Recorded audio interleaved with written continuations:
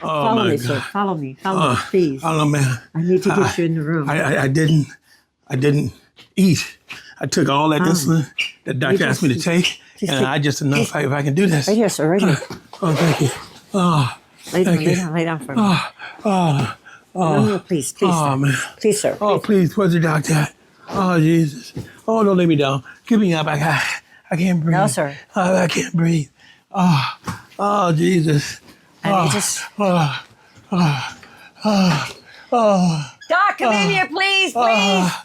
oh, yeah.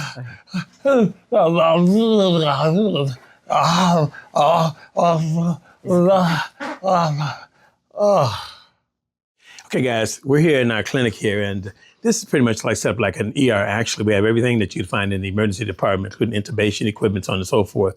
What you just witnessed, though, is a typical patient. Now, they may present differently, but I was having a hypoglycemic moment, right? Hypoglycemia is oftentimes more deadly than hyperglycemia. What that means is that I forgot to take my insulin. I'm sorry, I took my insulin, let's say this morning, but I did not eat. So what happens, your blood sugar drops, right? When your blood sugar drops, you get certain signs and symptoms. One, you're confused. One, you feel like you can't breathe because you really can't breathe well. You may have a little chest pressure or pain. You may even seize. I was seizing it for you a little bit to just show you that hypoglycemia can lead to those things such as seizures. You may have a seizure disorder, but guess what? If you don't have enough glucose circulating through your body, you will most likely seize. And then the other thing again is the sweating. That is very, very common. Sometimes we'll grab the heart because we think it's a heart attack, right?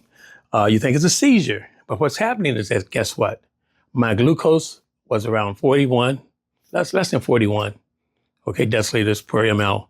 That means that my sugar was very low.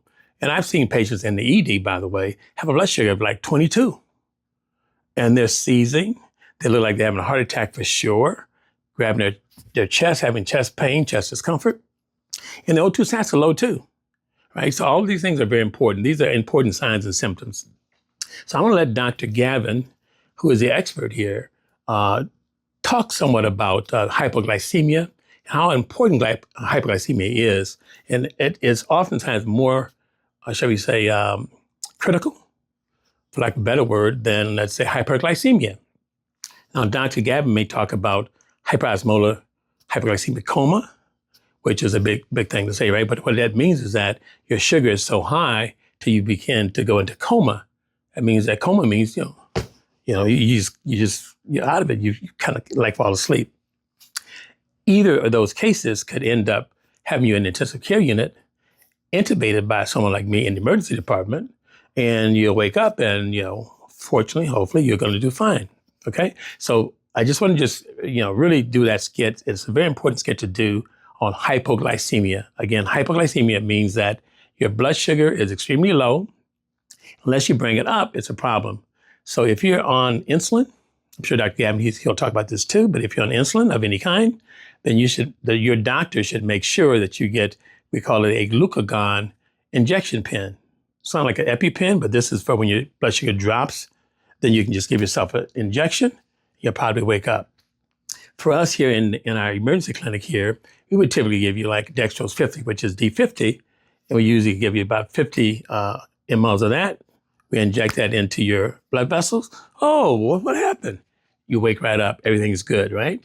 Or the paramedics, I love my EMS people, they have that protocol too, where they'll give you also just injecting into your veins the dextrose 50.